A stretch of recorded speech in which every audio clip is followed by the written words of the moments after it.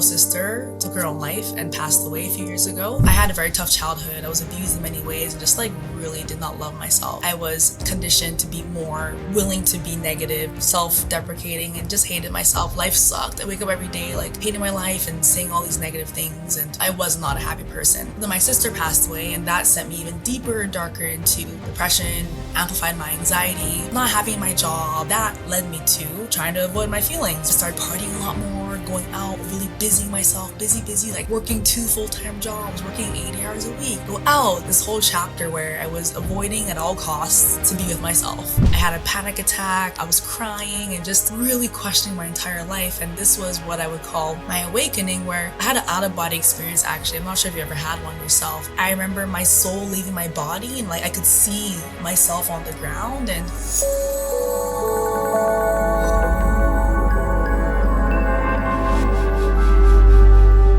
welcome to the Mind, Body, Spirit podcast. I'm here with my amazing guest, Pearl Cicci.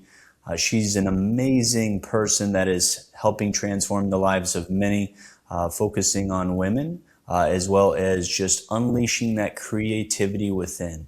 So thank you so much for coming on the show today.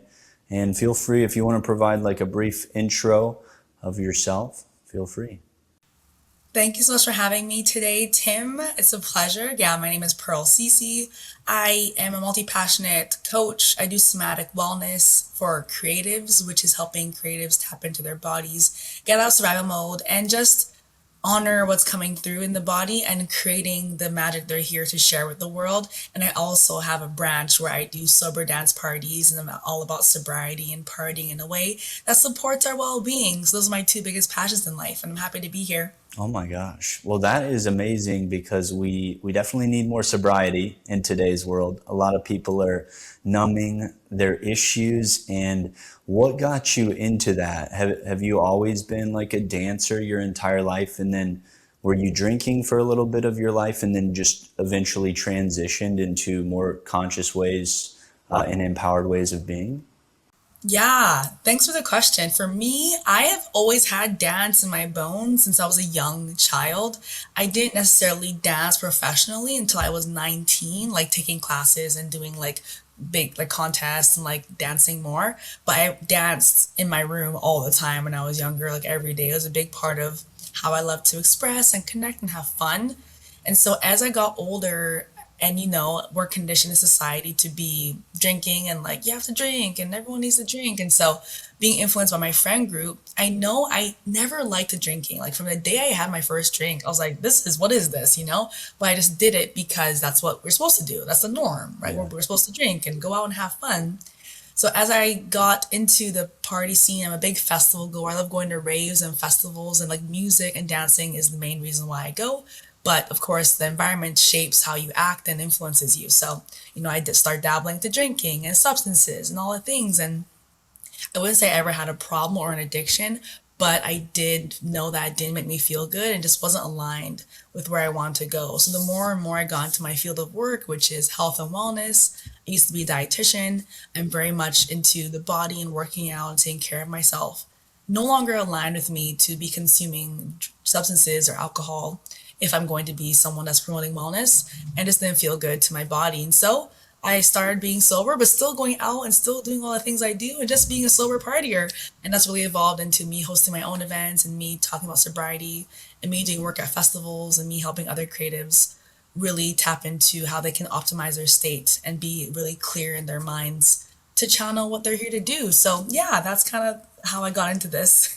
That is amazing. I kind of want to hear a little bit about your awakening journey, where things were and where they are now, and just kind of the perspective shifts that occur along the way.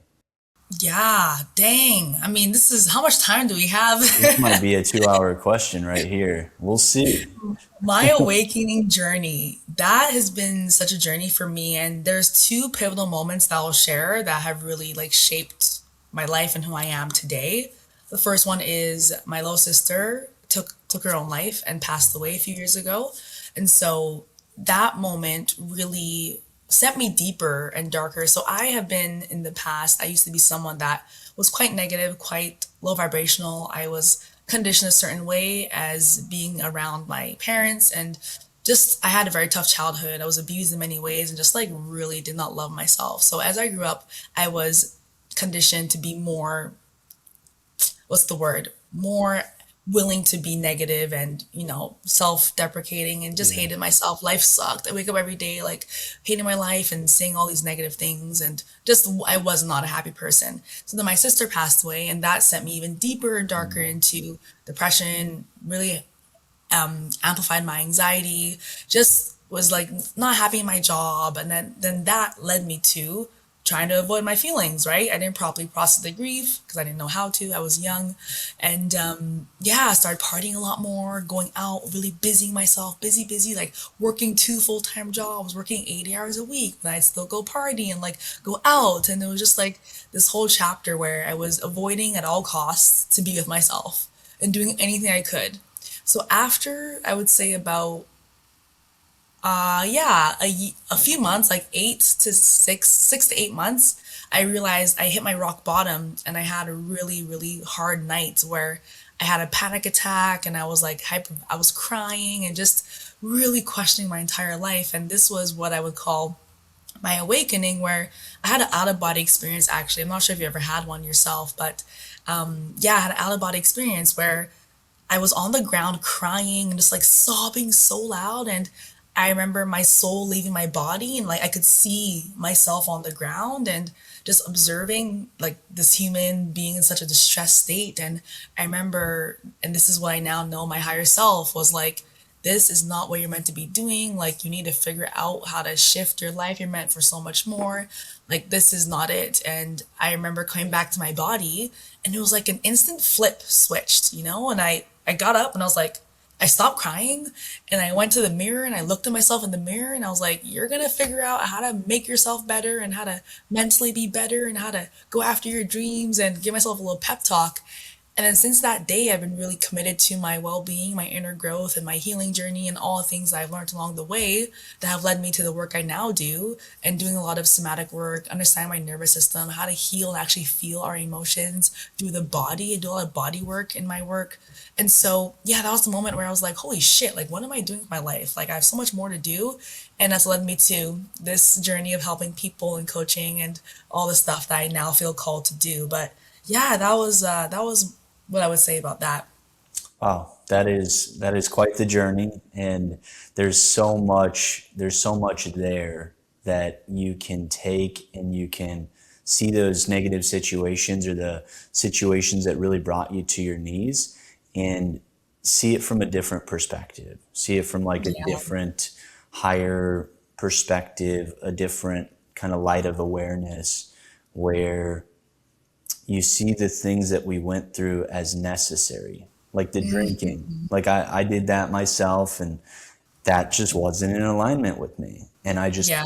kept doing it, and it was just a deeper, darker place. And how would you tell people, like, what would be a step by step process for, kind of generally speaking, how people can get out of that? Like, let's say they have the overactive thoughts. Let's say they're constantly suppressing their feelings. Like, what's the first step? And then can you take us just through that process of what it would look like, really, to transform? Yeah. This is gonna be different for everyone, but speaking from my experience, what I've observed from my clients, the first step would be to find ways to be present with yourself and to just be with the feelings or the thoughts, the emotions. All the time, we want to avoid discomfort, we want to avoid feeling sad or having these lower vibrational frequencies. But there's actually a lot of wisdom there. And once I started realizing, like, oh, when I actually feel my feelings and I process them and I listen to what my body needs, there's some sort of clarity on the other side. There's some sort of insightfulness or an idea or something comes through on the other side. It's almost like you have to go through the dirt to find the gold. And sometimes, yeah, it's uncomfortable and yeah, it sucks, but finding ways to be present, whether that's with a friend or finding support or, a coach or a therapist or your mom or whatever safe place you have to like be with those feelings and those thoughts and not making it wrong, not being negative, not beating yourself up, not judging yourself, just being with and observing. Something that's really helped me in my journey is being the observer of myself. Like I'm observing myself have this thought. I'm observing myself feel anxious. I'm observing myself in this. And having that lens really shifted things for me.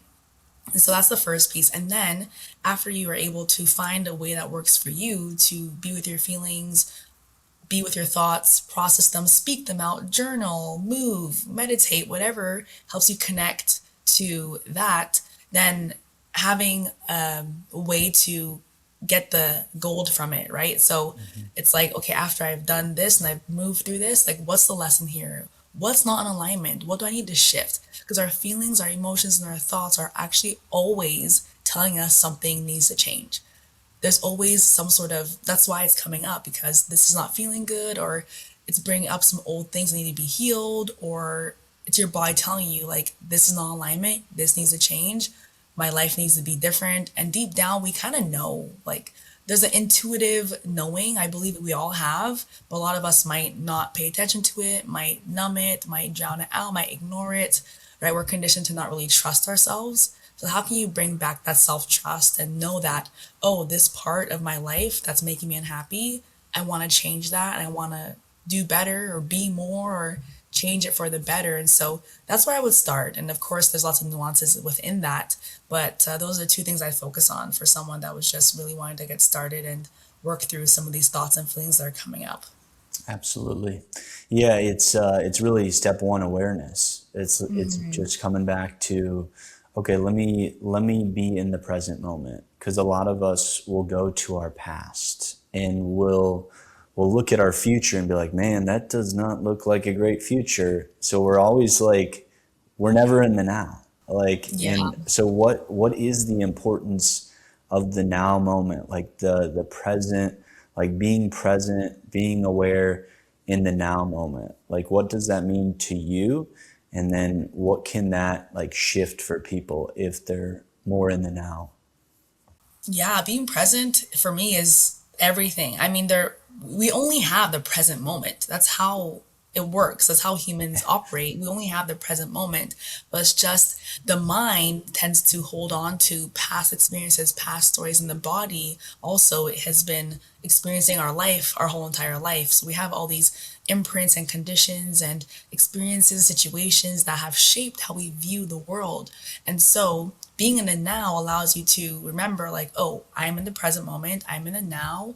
What can I do right now? How can I be in my body and not let the past, the experiences, and of course it's a big part of us, but not let it control us.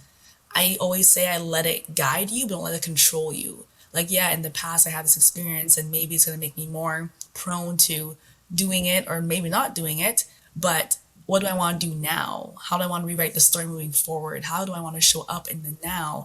And it's in the moments of the now where you decide how you want to show up that changes your trajectory and that changes your story. Because the body just likes to get new experiences. When we can get new experiences that support the version of you want to be, you can now extract from those more positive experiences. And so for me, being present is everything, because it's only in the present moment in your body that you can rewire and rewrite the stories and change the patterns and shift your thoughts and shift your energy to being the version of you want to be. And the now is, yeah, like probably the most important thing, to learn how to be in the present and bring ourselves back to our bodies, back to dropping in and seeing what's happening so we can make a difference and change. We can't change if we're living in the past or in the future. So, Yeah, it seems like the past and the future are really just concepts within our mind, and that the now moment, I can travel, energetically speaking, to the future.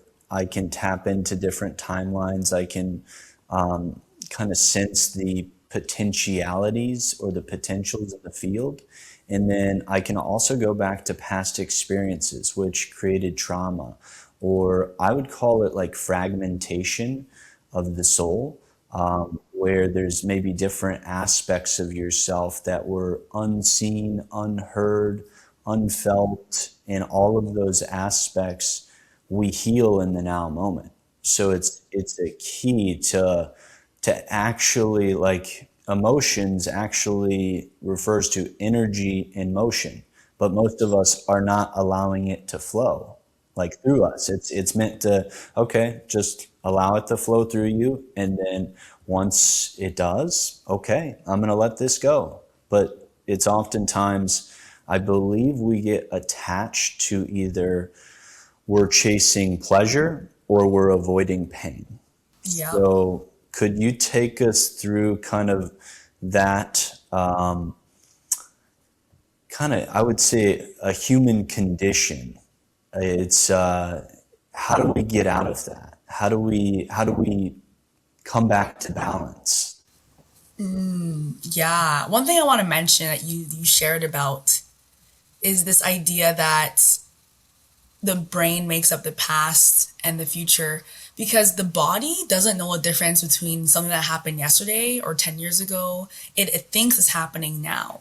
And Hmm. it's something I really emphasize with my people, because the logically we think about time, and it's a construct that we made up to help to us to navigate the world, but the body doesn't know that's not happening now. So every time you think about a past experience, or you have this a thought that this something bad might happen, or you relive an emotion, your body thinks it's happening now. So in that case, then we can be empowered and be the creators of our reality, and change what's experiencing in our body in the now, because again, the body only knows now. So if you remember that, it's always going to be, oh, this is the present moment. The body literally doesn't know the difference. So the more you can trick yourself and trick your body into feeling differently about certain situations, and of course doing the inner work, like you said, to have the energy be in motion, whatever that looks like for you, but the energy must flow. And nervous system actually rewires through motion and helps us repattern and change the stories in the body. So that's something I wanted to share, because yeah, that's really important to remember, that the body is no different, so we might as well use that to our advantage, right? Absolutely, Yeah. absolutely. Yeah, that's. I mean, it's amazing to look at it from that perspective, and really just, it sees how, it's showing how powerful the body truly is. It's everything is stored within the body, and all of the things that we've experienced are eventually going to express themselves. If we keep on pushing them down further and further, is there a way to go about that process where we don't have like this flood of emotions coming up and we're like, oh my God, this is too much? I would imagine there's probably a fail safe built into the nervous system where it's like, okay, too many gifts are coming in, and nope, we're going to shut that down, especially for people that are going into, like, they're trying to awaken the higher chakras before actually balancing like your lower chakras and like getting those basic needs met.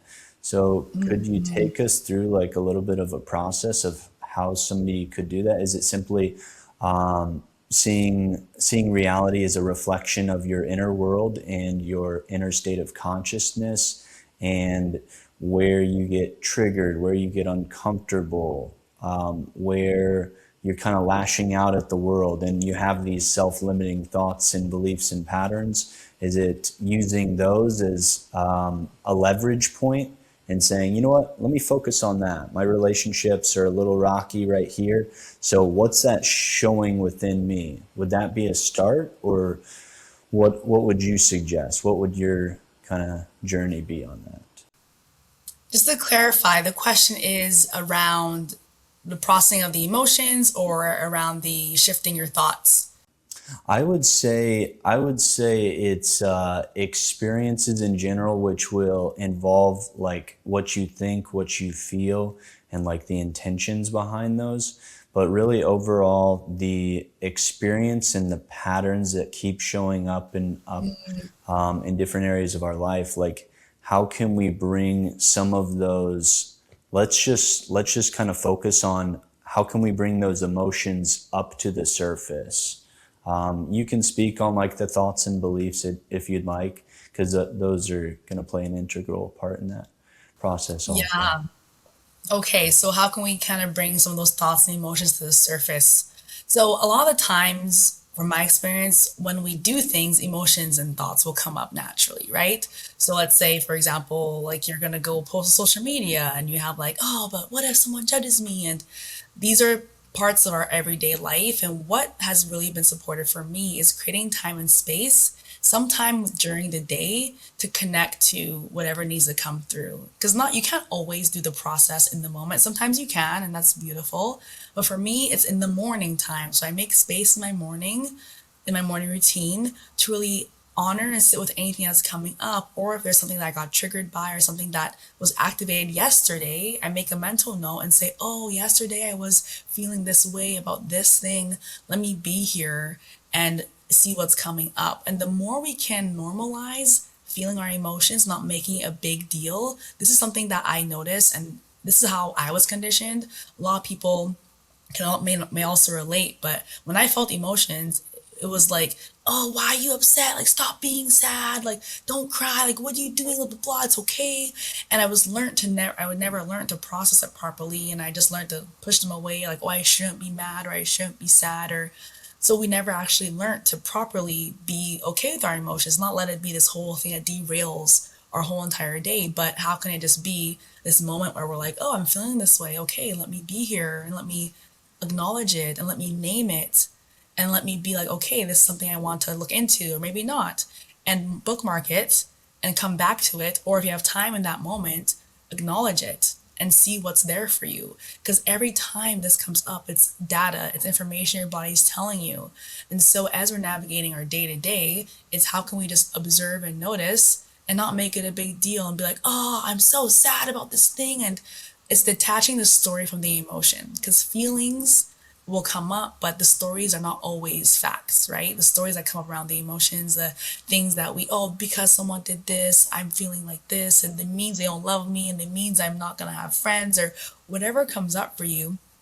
And I think the big key for me that helped me was knowing that, okay, I can feel this. And scientifically, it only takes 90 seconds to actually process and feel the emotions.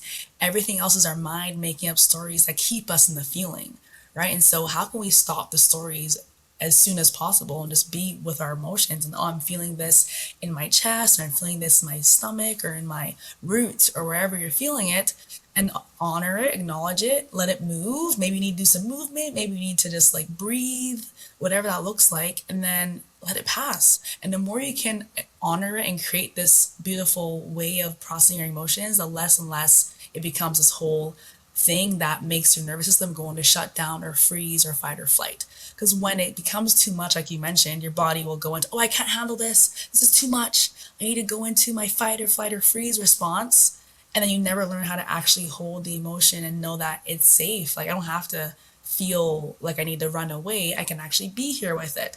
So that's what I would say, is just like being able to notice it, feel it, process it, either in the morning or in the moment, and allow yourself to move through it. And that's where you create the capacity to hold more emotions, not let your body shut down or go into your stress response around that situation. So the patterns will start to change when you start to act differently. Instead of going into your default response, you would shift your response, if that makes sense. Yeah, it's going into embodiment or integration, because everything is going to start with like a thought and those feelings and the intentions, and then you're going to have actions. So the choices ultimately determine where we go in life, how we Yeah. show up, and what we're doing. And am I doing this to prove my worth, or am I doing this because I'm passionate about it? And then it's coming back to, maybe even in the moment, does this reflect my true state?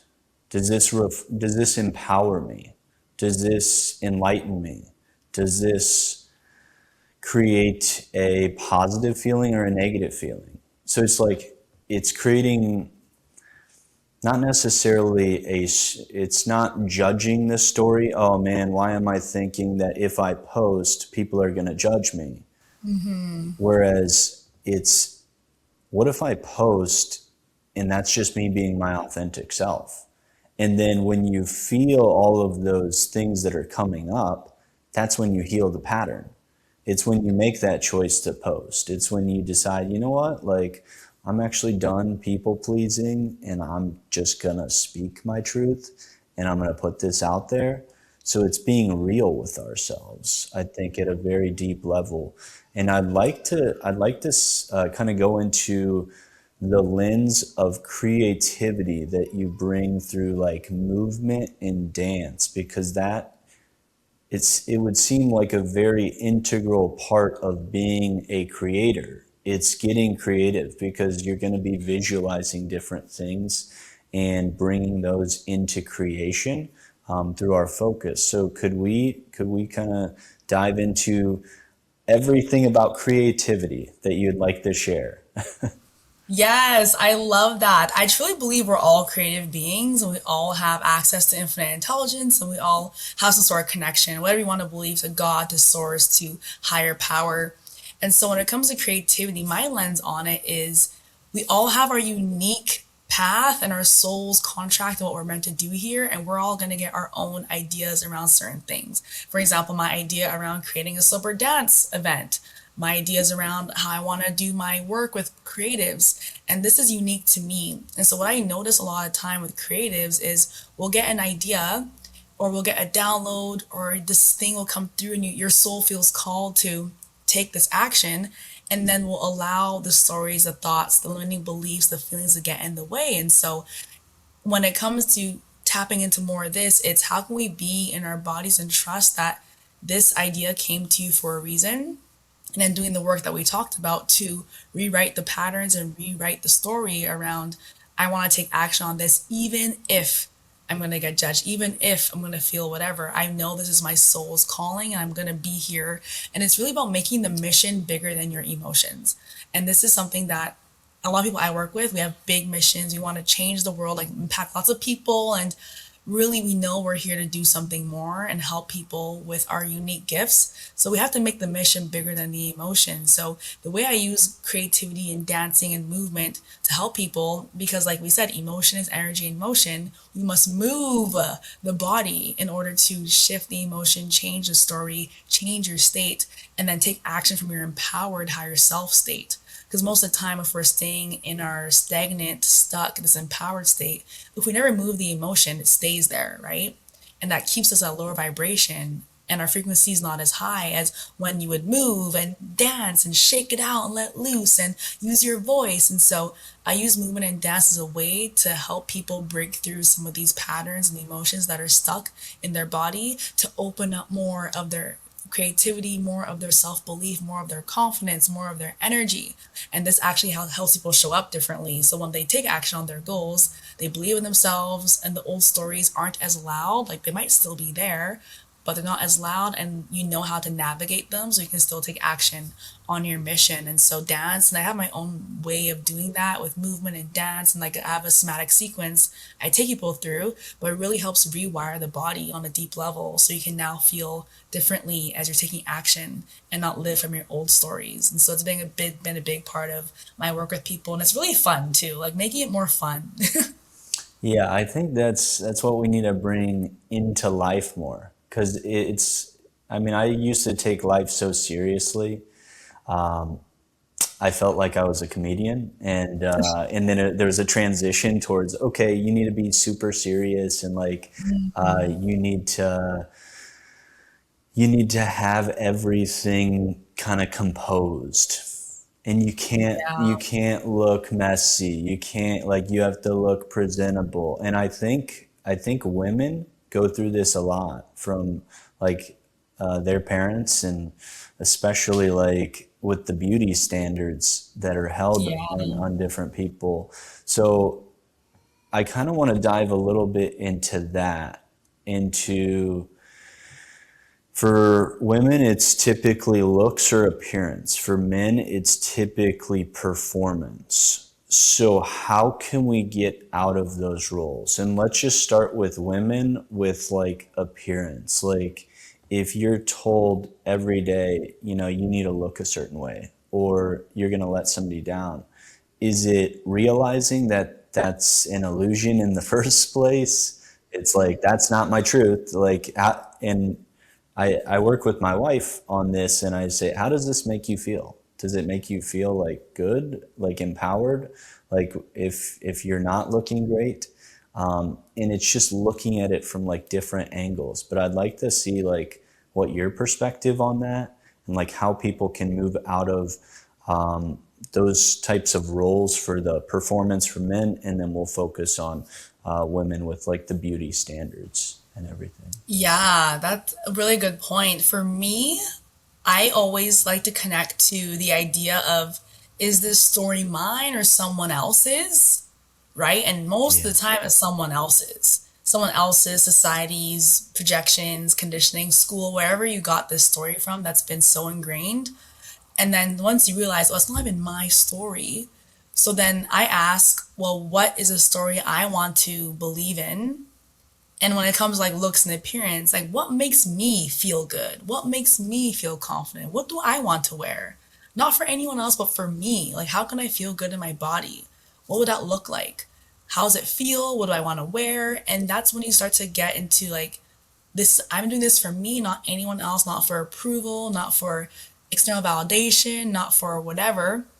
And that in itself is a whole experience when you start to learn how to validate yourself and get internal validation rather than always seeking, oh, if I dress this way, someone's gonna like me, tell me I'm pretty, or like I'm gonna get guys come up to me or whatever. And of course, deep down, we all want love and acknowledgement, and we all want to be supported, and that comes up in different ways for everyone.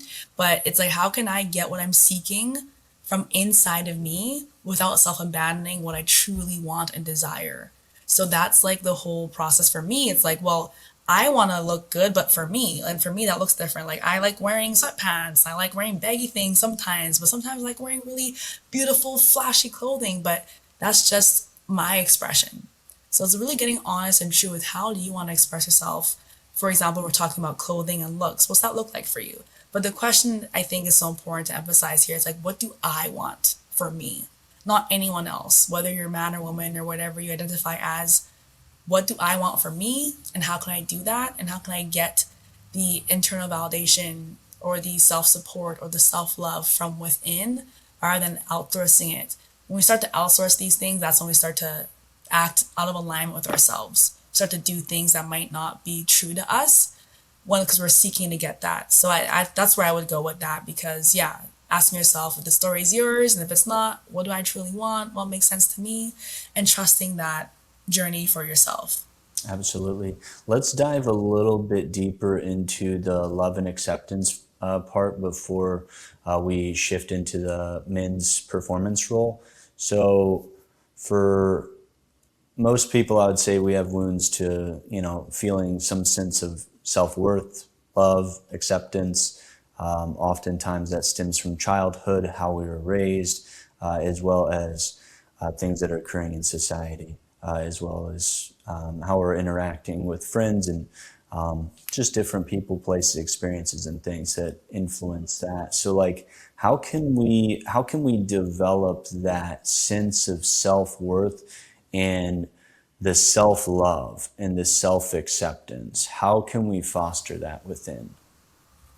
Fostering that from within, for me, that journeys look like really just doing what I need to do to help myself feel that way. So, for example, I do like daily inner work, inner child healing work, and it only takes a few moments, but it's acknowledging the parts of you that aren't feeling accepted or that aren't feeling loved, and just telling myself, like, oh, like, I'm sorry, I love you, you're doing great. Like, and then asking myself, like, how can I feel more loved, or how can I support myself better? Or what do I need to feel accepted? Because a lot of times we reject those parts of ourselves unconsciously, right? Because we were taught to.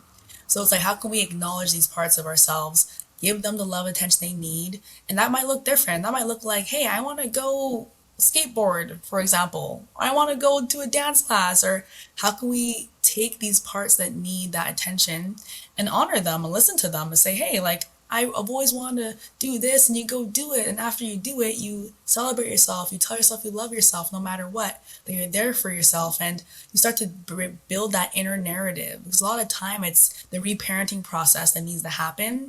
Because maybe we didn't have the ideal parents, or we weren't seen, or our needs were met in certain ways by our parents who are always doing their best. That's what I always like to remind myself of. But yeah, how can we honor our inner child and be like, hey, this part I get to love you today. Like, what's that look like? How do you want to feel? What do you want? And you just create that beautiful support system. And sometimes it looks like needing other people too, because we also need to heal with others. Right? Co-regulation of the nervous system is important.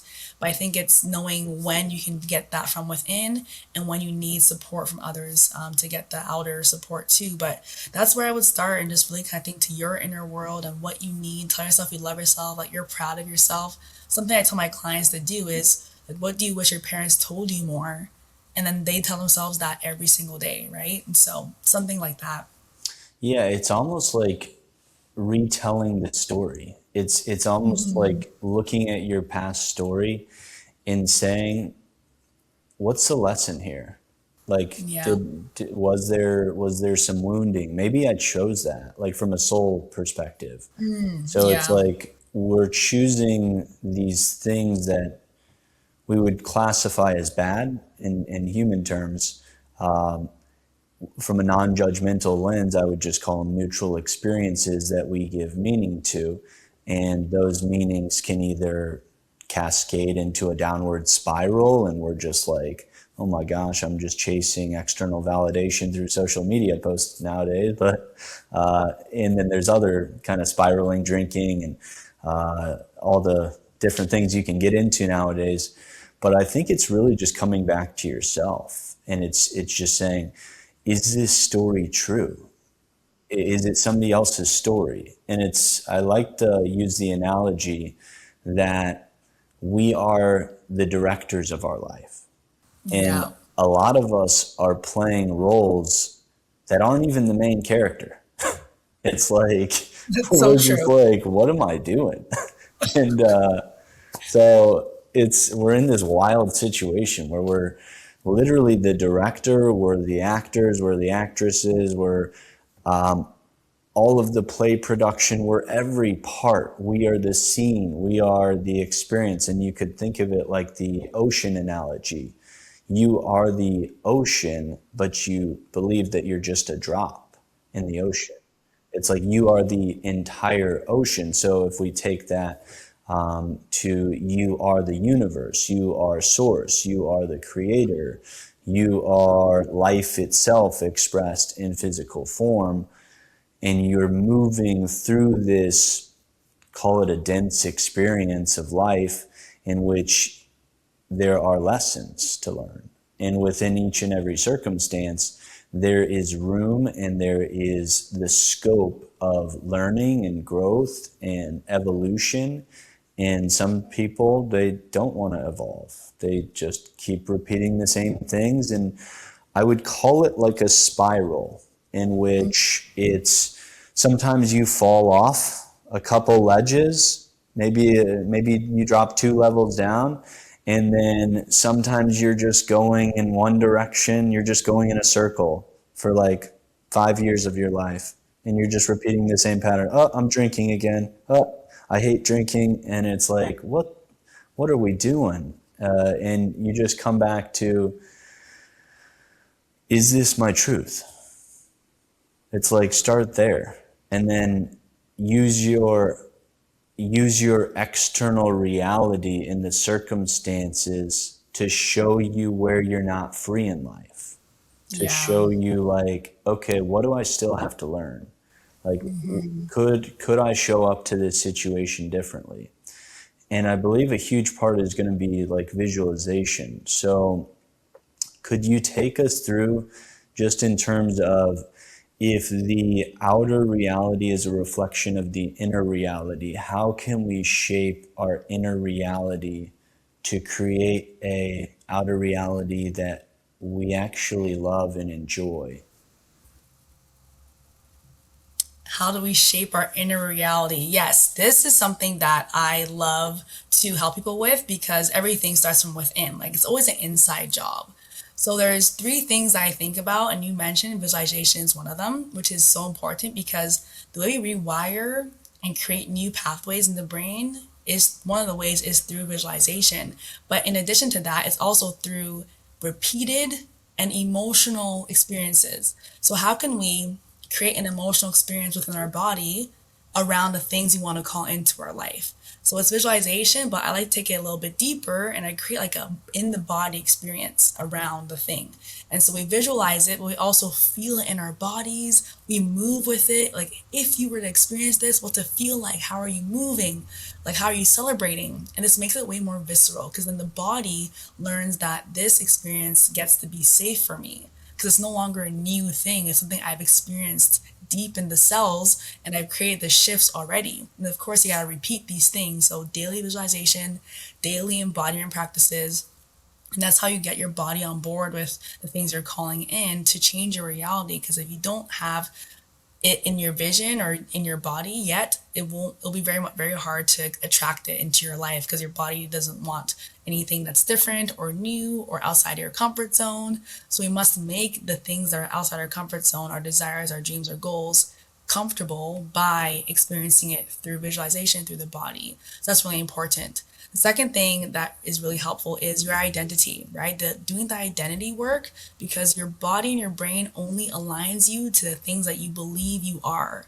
And so knowing that, you have to change how you speak about yourself, what you do, the identity of who you believe you are. So instead of saying, oh, I'm not good at this, or I suck at this, or I'm broke, or I'm bad with money, or whatever your story is how can you start speaking differently about yourself, right? I'm learning how to be better with money.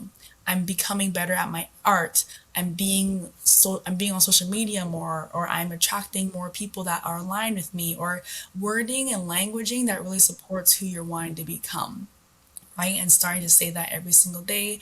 And also in conjunction to that, the third piece is the action steps. Because we must build evidence to support our identity, right? The brain likes evidence to support the beliefs. How do you create a new belief, which shifts your reality? It's by creating more evidence that supports your belief. So we must start to take the action that supports the belief. So if you're someone that identifies as taking action and being better at what you do, what would you do, right? How would you show up in that way every single day? And you start to do the thing like, oh, I posted the content, or oh, I looked at my numbers, or oh, whatever, and then you reinforce the identity through the beliefs, through the reality as it shifts. And one thing I want to emphasize, you can make anything believable in the body. It doesn't have to be in your reality yet for you to be like, actually, this is working.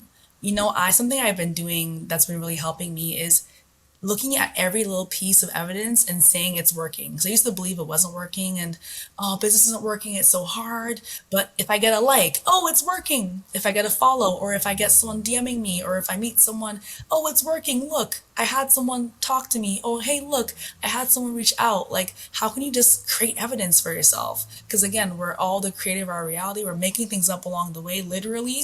And so how can we make the meaning support ourselves to evolve the inner world, which will then reflect our outer world. So that's like the three ways that I look at shifting our reality that I like to support myself with. Yeah, it makes sense because I mean the name of the podcast is Mind, Body, Spirit. So mind, it's like change your thoughts, change your beliefs. It's like release all the self-limiting ones, and then bring in like the story that you really want to bring in. Like, what's my truth? What's my freedom? What's going to bring more abundance? What's going to bring more peace, love, joy, etc. And then through the body, it's those emotions. I think Neville Goddard said feeling is the key. It's like the Yeah. things that are magnetically attracting these experiences to you. And you can think of it in different terms, but I think feeling truly is the key because Mhm. the feeling that you get in the body does make it more of a visceral experience. Yeah. It's your entire state of being is thrown into that. Not only let's say the people that are listening to affirmations, if you're not feeling those affirmations as that I am love, but it's like you have a bunch of contraction in your body and you're like, I am not love deep down. And, you know, you have to be realistic. And then with the spirit, it's aligning with your purpose, your mission. Um, and I forgot to mention with body also, it is that integration. It's those choices that we're making. You have to take the action steps. And I think when you align the mind and body, and you align with a deeper part of why you're here, your purpose, your mission, you get clarity on the way forward, and your path is going to be different. So there's so many paths out there. And I mean, I feel like you're in your path, and it's the sober dance classes. And it's hitting different areas of life. Like the people that they would like to still come together for like social gatherings, but they want to be sober, but they want to express themselves through dance. So there's these different avenues. So even if somebody's a garbage man, they can be the best garbage man. Like they can bring more, like they can say hi to the people, and they can make it like a friendly job. And like imagine the janitors and like everybody like coming together like consciously and really showing up as that highest version of ourselves. So I mean, it's really an important time to do that. And it's definitely that alignment of mind, body, spirit. So would those be your like key ways of aligning the mind, body, and spirit? Do you have a different way of kind of communicating with your spirit and receiving deeper clarity and guidance on like your path forward?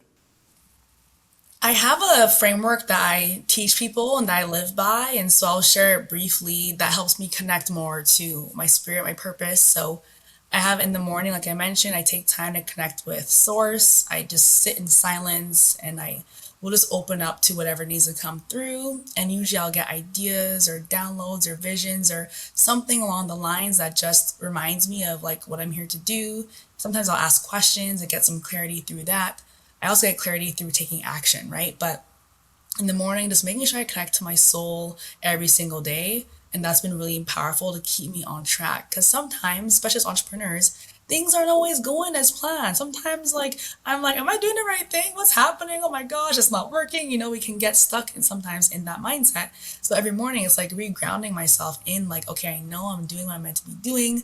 I know it feels great. Or maybe it's like, actually, I need to be shifting to do more of what feels aligned, right? Just getting back into alignment with that, my soul every day. The second piece is the emotional piece because it does affect your frequency. And I believe in trying to vibrate as high as possible to help serve the other people that I'm serving. So when I process my emotions on a daily basis, it's like doing the work we talked about, feeling the feelings, moving through the emotions, processing them, naming them, etc. So they don't stay stuck, but they get to move through me and I get to extract whatever lessons are there my body's trying to tell me. So that really helps me get more on board because I can be more clear when my emotions aren't jumbling everything up. So that's the second thing. And the third thing is actually my physical state. So as a health coach, as someone who used to be a dietitian, I am very, very much in proponents of being as healthy as you can be in whatever way it looks like for you, but moving my body, getting enough sleep, de-stressing, eating properly, and all of these things help support my vessel to take the action. So I have energy, I have clarity, I'm motivated. Like I reduce any barriers that could get in the way of me taking the action towards my soul's mission. And my body is a big piece of that. So if I'm feeling lazy, if I'm cloudy, if I have brain fog, if I'm inflamed, if I don't have like the energy or the essence to do a thing, I'm not gonna do it. I'm gonna just lay on my couch and scroll, right? And so it's like, how can I get my body in a state that I'm energized and I'm ready to go? That comes down to the daily habits you're doing, how you're taking care of your vessel. And that fourth thing, like we talked about, is the mindset. Like, is my mind on board? Are my stories supporting me? Am I living the beliefs, like working through them? Am I believing in myself, speaking to myself, creating an identity of the person that is doing the thing that is aligned with her soul's mission? And so every day I kind of check in with these four aspects of my life to make sure I'm in the state that helps me get clarity, get downloads, and take action towards the things that I'm being told to do. Because a lot of the time, I think being able to surrender to, oh, I'm here for this mission that's bigger than me, and just letting yourself do that. And the less we can get in our way around that, the better we can perform and show up for the thing we're here to do. So that's kind of my process around it. Yeah, I love all of those aspects. What really stood out is like going deeper within that silence. I think there's so much, it's not empty. It's full of the divine. It's the unmaterialized dimensions. You can connect into the infinite field of intelligence. Yeah. And I believe that is within each and every cell of our body, as the microcosm is reflective of the macrocosm. And it's similar to, everything within is expressed externally, and you could see it in the movement of the planets. You can see it, the clustering of the galaxies, similar to the neuronal like synapses and like the neuronal architecture within the brain. And it looks like if you look at the neurons in the brain and you look at all of the electrical activity and like the branching dendrites, and it looks similar to the clustering patterns of galaxies. And it also looks similar to like I believe it's in the bronchioles, it looks like the trees. So it's like, Yeah. and we breathe in oxygen, and what we put off is what the trees take in for energy. So it's like this cycle of life, and really tapping into that just silence. Like, what if I just sit here and just allow the thoughts to come up? And then like you realize you're not the thoughts. Like it's something called metacognition. You can see your thoughts come up. Like you are the awareness of your thoughts. So if you're not your thoughts and you're not your body, because you can observe your actions and you can go deeper than that. Like you are the observer of life itself. So I think coming back to something you said earlier, it's coming back to a neutral observer. It's like if you just observe, you're now the director of your life. That's how you like kind of take a step outside of it, and you see it from almost like a bird's eye view. You're just looking at all of the possibilities, and by changing the thoughts, you can see more possibilities in the field. Whereas somebody, they see lack and limitation, Yeah. and they don't have the opportunities, and then that's their reality. So I think those are really important aspects, especially with how much noise is in today's world.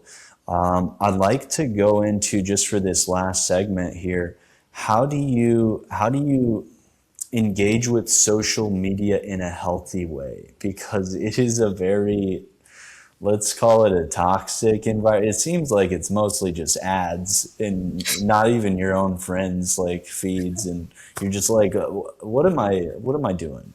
And I Yeah. feel like Instagram's going under, and I feel like a lot of these social media platforms are going under. Ironically, I'm going to be posting a short on Instagram, so maybe this will be the part that's cut in there. There is so much noise out there, and it's also our duty to speak to our people. And the way we do that nowadays is to through social media. One of the many ways, of course, you can do marketing or in-person events, but social media is a great way to reach people as well. So for me, and this is always an evolving relationship with social media, I have set some boundaries and rules for myself around social media, and I don't scroll. Like, obviously, when you open your Instagram, you see the first post. I see the first post, and I don't look at people's stories as much as possible. I'm not perfect, but as much as possible. And I go there with an intention. So before I open up social media, I'm like, what am I doing here? Like, why am I opening it up? Right? For me, it's to post, to get back to messages, to promote what I'm doing or my services or any events I'm doing, to connect with people. Okay, great. So as much as possible, I try and do those things. When I'm done those things, I get off social media, right? Even if I post, I'll get off social media and I'll try and do something else with my energy and time. Now, if there is an odd time that I will scroll or like check someone's stories, I remind myself that, oh, I just want to do this for like 1 or 2 minutes. Like, I'm going to stop after this so I can go do other things in my time. Now, there are really beneficial people out there. Like, some pages are really educational and like really supportive and give me insights and I get to learn from them. And if that's the case, then my intention here is to learn and I will be literally learning and taking notes on certain things and using it to better my life and taking action to better my life. But those are kind of the ways I kind of have better boundaries around it. And for something like I'm really on Threads way more than any other social media because Threads is very different energy. So if I'm on Threads, I give myself a time limit. Like I'm going to be on Threads for the next 10 minutes or 20 minutes. Now I'm not perfect, of course. Some nights I might be on there for 30 minutes or an hour, but I think just bringing awareness and being intentional with your time and what you're doing on social media, and then changing your narrative around social media. And if you notice that there's things that trigger you or create a negative mindset, or you start spiraling around certain things, then block yourself or unfollow them or change your mindset, like reframe the story around it because it is a big part of our world right now and we can use it to build businesses, to make an impact and for a lot of good. And so that's kind of how I approach social media. And it's always evolving, but it's been really helpful to like have boundaries and be very intentional with my time. Absolutely. Yeah, I agree with you on Threads. I've definitely, it feels like a more empowering platform, although I still see like the news cycles, unless I put like the dear algorithm and like just put freedom and joy and love in this content. And because you still see like all of the news of the day, like the war in Iran and stuff like that. But I think it really comes back to there are empowering people out there. There are actually very intelligent, very enlightened, very compassionate and grateful people that are posting information that could really help a lot of people. So Yeah. is there any last messages you'd like to leave the audience with? Any important words, concepts, anything? Yeah, I would just say like, follow your soul's calling. Like that voice, that intuition, that nudge that you get, that you get on a regular basis. Just follow that. Like it's there for a reason. And so many times we allow self doubt or limiting beliefs or fears or things again the way. But hope you listened to this and took some nuggets from how to navigate when those things come up, but keep the mission bigger than your emotions, right? Like your calling's there, you're here for more, and just more people need to step into that because, yeah, we need more people who are in their power, working on elevating the collective and letting themselves be seen and shine in their gifts. So that's my message for anyone that's listening, and I hope you found some nuggets in this and that was helpful. Absolutely. Well, thank you so much for coming on. Where can people find you? Do you have a website? I know you have social media. And if you want to just mention those right now, I'll plug those in the video notes as well. Amazing. You can find me at mostly Instagram or on Threads at Pearl Cicci. And then if you're interested in my sober dance parties, it's at the Lit Rave, but they'll be below as well. And feel free to message me and let me know how you thought about this episode. I'd love to hear your thoughts. Absolutely. Well, thank you so much for coming on. I look forward to seeing how many people this episode transforms and kind of shifts that perspective so they can step into their true soul mission. So thank Yeah, you so thank you. much. Thank you so much, Tim, for having me. It was a pleasure, and I'm excited to hear the podcast when it's out. I appreciate you and your time today.